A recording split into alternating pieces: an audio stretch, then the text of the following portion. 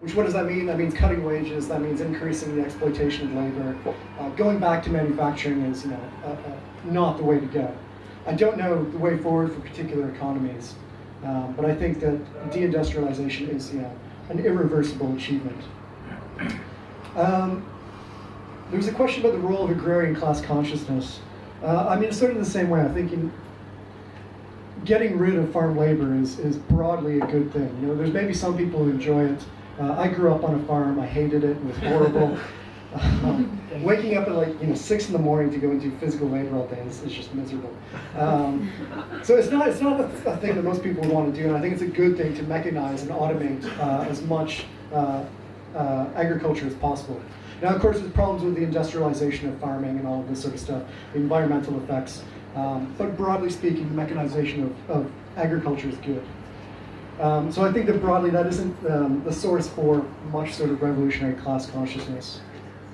I want to pick up on this one issue, post-capitalism, and what sort of post-work society, where would purpose come from in a post-work society? And I think really this is one of the biggest questions.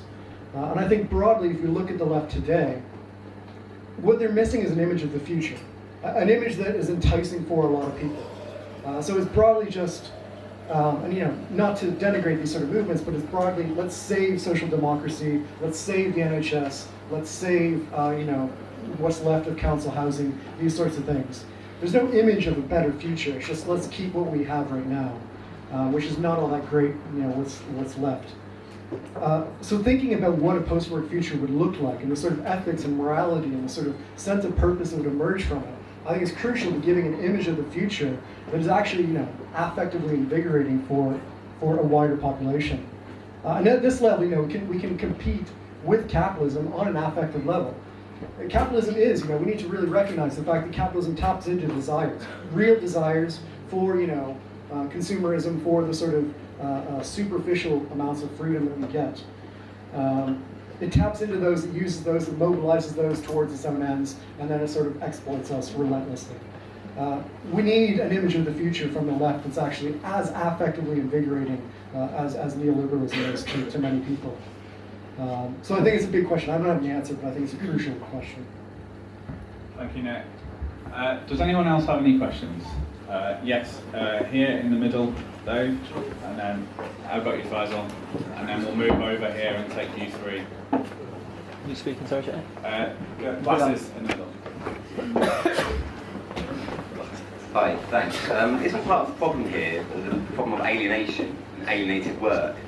The fact that we're disconnected from the means of production, we're also disconnected from the products that we buy and the products we produce. And that massive scale-up system that's, that is global capitalism, produces this thing called commodity fetishism. We don't see it hides the exploitation of nature and of other people in the product that we buy. So we're alienated from each other. We're alienated from nature. We're alienated from the cultural production that we sort of consume as effectively passive spectators. So I wonder if this sort of post-work society, it's not so much the problem with robots so much, or with the efficiency argument, because that in effect may actually just make the situation worse, become more alienated. Isn't the issue here about activity, being active citizens, like removing that alienation, removing passivity, and actually starting to reconnect with each other and in nature? So does that not actually mean a scaling down of activity? How would that actually work with the kind of robotic production we're talking about here and the technological advance? Thank you. Faisal, here next. My question's only quite brief, but you mentioned quite briefly either that the developing world is becoming severely industrialized or only partially, and not so much as we were. But my question is whether we, as the developed nations, are to go in quite obviously in solidarity to ensure that they reap the same rewards of industrialization that they had of workers' rights, of better income and better lives, or whether we leave them to their devices and expect them to have their own social revolution. So what we should do in terms of the developing world, whether we act in solidarity or leave them to develop themselves. Thank you. Thank you. There's three down here as well, I think. Yeah. 2 points really. First of all, just wondering personally for the panel whether or not you think personally it's the breakdown of capitalism is an inevitability, or whether it's, as Mark stated, or whether it's something that we really need to push for. And secondly, something that ties in with Faisal's point, if that change was to come, do you think it would happen in the developing kind of pre-industrial or kind of exceedingly industrial economies, or whether it would happen in the advanced capitalist states like our own? Thank you. I think the woman at the bar has a question, and sorry, was the third person down here raising their hand again? I believe there was another person who wanted to ask a question. If not, I'll bring it back to the panel. Ah, yes, okay. Thank you. Thanks. You talked about capitalism taking real needs and real desires and utilising those against labour. But, I mean, Marcuse would say they're false needs. We could possibly see them as that as society's developed. You know, the consumer culture grows and grows, and the demand grows and grows, etc.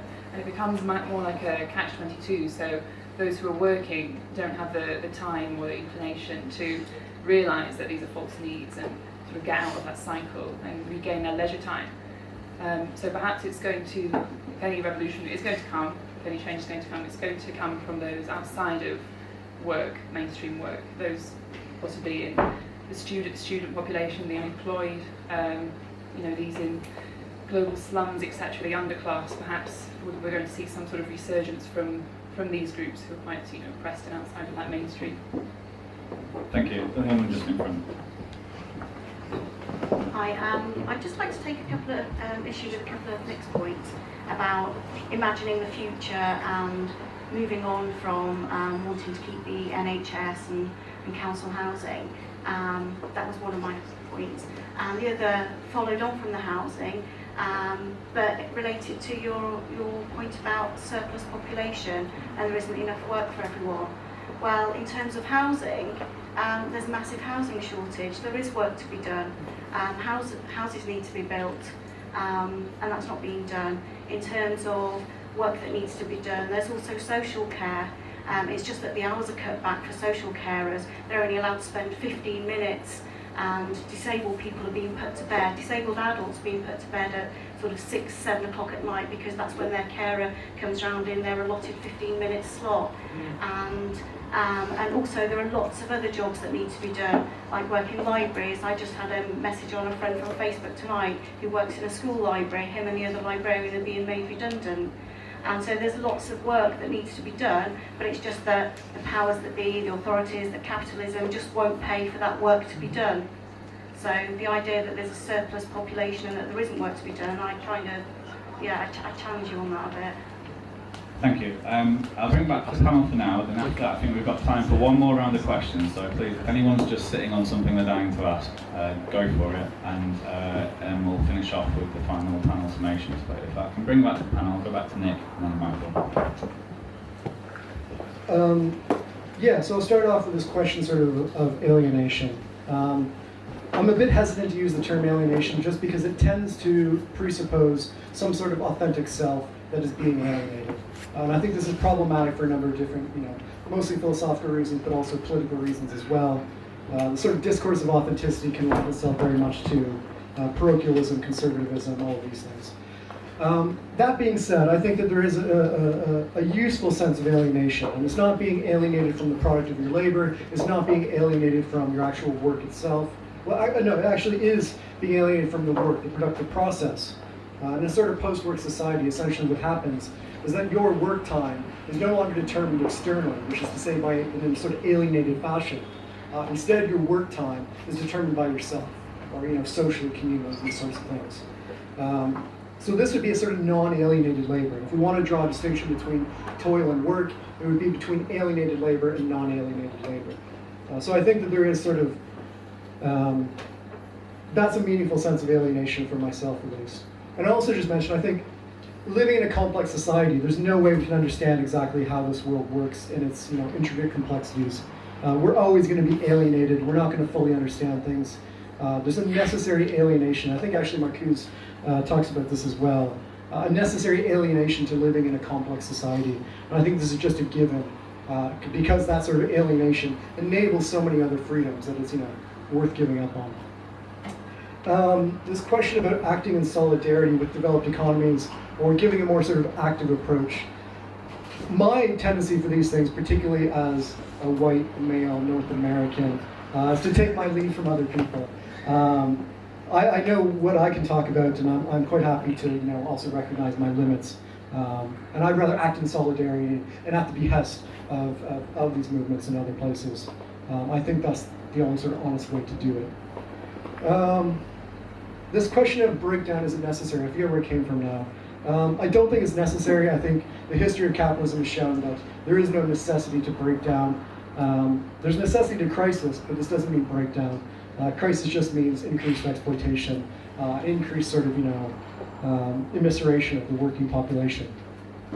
The false needs of consumerism. I think we need to distinguish between the false needs produced by consumer capitalism and the sort of real desire for options and choices and these sorts of things. The constraints of the Soviet economy are a good example of everybody having, the same, whatever it may be, car or furniture or clothing. There is, I think, a real human desire for diversity in all of these things, which consumer capitalism then takes and expropriates and exploits. But we need to be careful that there is a real aspect of consumer capitalism that is worth keeping, I think. That may be contentious, but I'll put it out there. And the surplus population question, yes, I think you're absolutely right. There is totally things that need to be done. We need to be building more social housing. We need to have more care for people. But it's not productive or profitable for capitalism, and so therefore, insofar as it's needed, it's just not developed. And so, in that case, it's surplus to capitalism. And this is what I mean by surplus. Not surplus to social needs in any way. It's surplus to capitalist circulation. This is the problematic aspect, is that the further we let capitalism determine every aspect of our lives, the more and more these sorts of populations are going to be expulsed from society, pushed to the margins, and just left to their own devices. And I think actually you raise a good point as well about care labor, which interestingly in Japan may be an exception. Care labor is something that doesn't seem to be automatable. It seems to be something that humans need to do with themselves. That sounds a bit dirty, but it's something that can't be automated. It can't necessarily be done by robots, and therefore we need to be thinking about, well, in a post-work society, how is care labor done? Is it, the way it's typically been done, along gender divides, or can we think about a sort of more communal way to delegate care labor, domestic labor, these sorts of things? So I think it's an open question for post-work societies. How is care labor and these sorts of things dealt with? Thank you, Nick. Thank you. I'll bring it back to Michael as well. Well, I want to emphasise a point about, again, which I've done before. The working class globally is still growing. It's not declining. It is a bigger and bigger force. Marx was right that the division between the owners of capital and those that can only sell their labour power globally is rising. Peasant population in the world is declining sharply. More and more people are workers, working in factories, offices, in area up shops, all sorts of places, not necessarily industrial, but they're doing so in order to make a living, and that's the only. They don't sell wheat that they produce on their plot, and they don't own capital. So the working class is a growing force. Capitalism is creating a larger and larger working class as it goes on decade after decade. And secondly, the industrial working class globally is still growing. So it's the deindustrialization question that we're discussing, which we want to move towards in a post-capitalist society where people don't get up in the morning and go and do physical labour on the farm, or get up in the morning and go down a mine and kill themselves, or go into a factory and work long hours and fall into the machinery and all the rest of it. All that industrialization process, we want to get rid of it. We want to get rid of it in the sense that we want technology to be used for the needs of people, to produce sufficiently abundance of things that we need, so we can reduce the hours that we spend toiling and more hours that we spend doing what we think will be beneficial to us and to society. In fact, I think what would happen then is that in a post-capitalist society or a leisure society, that would be the basis. People would collectively work together to do things that they found of interest. But let me make this point. This will not progressively happen because the world is deindustrializing. No, we don't want to go back to horrible satanic mills as Ingalls described in 1844. But deindustrialization does not mean we move towards a classless society where people end toil without removing the rule of capital. It's not a progressive process, it's gradually going to happen. This is an image which has been sold to us down the years, over the last 200 years, and gradually things will improve. No, they won't. The contradictions of capitalism remain because the owners of capital dominate the mode of production and ensure that it won't happen. When robots are introduced, which will benefit us all by reducing the hours that we work and possibly remove, well, they estimate in the case of the US, 47% of people who are working at the moment in the jobs they've got would disappear with robots introduced over the next few decades. But that won't lead to a leisure-free society where we're all working 2 hours a day and that's all, we can spend the rest of our time. Quite the opposite, we'll have increased contradictions and increased inequality under a capitalist mode of production. Capitalism will come grinding to a contradictory halt in that environment. Now, nothing is inevitable. We don't necessarily move to an industrial society, we don't necessarily move to a socialist one or a post-capitalist one. It's not inevitable. It's not, there's no certainty. I don't think Marx ever said it was inevitable. What he said was, as Nick correctly said, was that capitalism will have increasing convulsions and crises. The contradictions that exist will become more and more stark and will raise the question in the minds of human beings whether they want to continue with this or replace it with something which is the benefit of all, or whether we descend back into some form of barbarism of 1984, if you like, an environment where a small group of people completely dominate everything and use the most vicious methods to control it. That is an option which could appear over the next 10, 20, 30, 50 years. I don't know. But it's not inevitable. The process is still... But the only force that is coming out of the current mode of production is the class, the working class that works. It's not the people who don't work. I'm afraid it's not the students. It's not the people who are struggling to have half a job each day, or people who are permanently unemployed or underemployed. I'm afraid history has shown that of class consciousness and struggle hasn't actually come from those forces. It's come mainly and almost solely from people at work organising together in common interest. I'll finish on this point that we're looking for a society where the needs of the people are collectively organised and produced for need. Gordon Brown, during the campaign against the yes vote in Scotland, made a big speech for the no vote, in which he said it was wrong to divide Scotland from England because what we all ought to be doing is working together. He said each from according to its contribution and each according to his need, he said. And how right he was. That's the sort of global society we want. We want common organisation to produce the need for for everybody and not for profit, so that we can do social care and all the rest of it. But it won't happen gradually through deindustrialization. It will only happen through a significant change in the way that we organise the mode of production. I would call that a revolutionary one. And I think that Gordon Brown's objective of each from according to his ability, to each according to his need, is a positive thing that we can put against neoliberals. Everybody thinks it's better if we all got together and organised society and didn't leave it to the rich to dominate and decide what was in their interest. Yet every time you look at polls, whether it's anywhere in England, what do people say? Do people stand for the position of more privatisation? No, the opposite. Do they want public ownership? Yes, they want more of it. Do they want common organisation for people's needs? Yes. They're 60%, 70%, 80% votes on all these polls that take place. What's the result? All the governments we have do exactly the opposite. Thank you, Michael. We have time for one lightning round of questions. This has to be very brief if our speakers have time to get back to their train at 9:15. So if anyone's got any urgent questions to finish off the session, if I may, if the floor will forgive me, I had one. When we were setting up this session, this fits in, I think, with some of the people who are asking about where we might expect socialism to actually occur.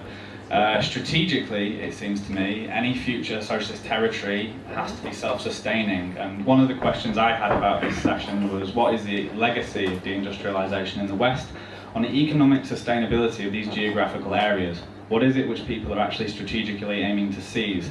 because it appears to me that the answer to that question has a severe impact for any socialists who are wedded to national organisations, any socialists who are wedded to national political parties, to me that seems to be the vast majority. So that was one question which I wanted to ask for the session. So if anyone has any final ones, I'll bring it back to the panel for a final summation. No? Okay, well, as Michael's only just finished, I'll allow Nick to come up with the summation first. To respond to your question, it's difficult.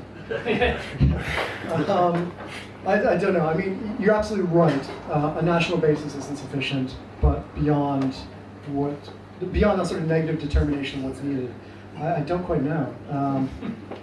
I mean, you're talking about a proper sort of, post-capitalist, sufficient economy developed. Absolutely. I'm a bit more. I can't even imagine that quite yet, so I don't even know how to answer it. I think it's too far off. The conditions aren't set for that sort of thing yet. It's too big of a question to be asking right now. Any other final words? This is fun. Thanks. Michael.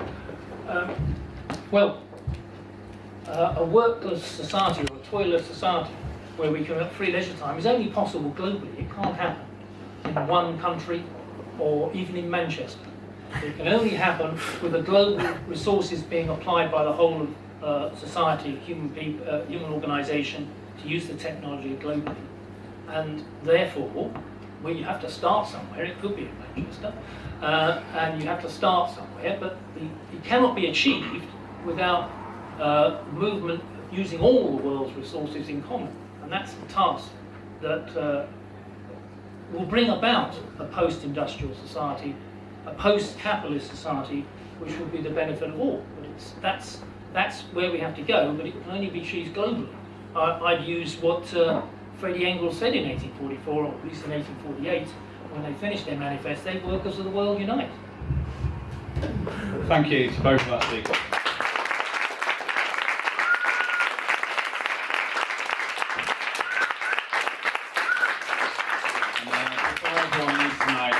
I would encourage you all, if you haven't done already, there is an email list to keep in contact with us. We put on events like this throughout the year. It should be by the door. I believe the bar's still open up here for half an hour, is that right? The bar's still open for half an hour, so people feel free to mill about and chat. Thanks once again to our speakers, and thank you all for coming down.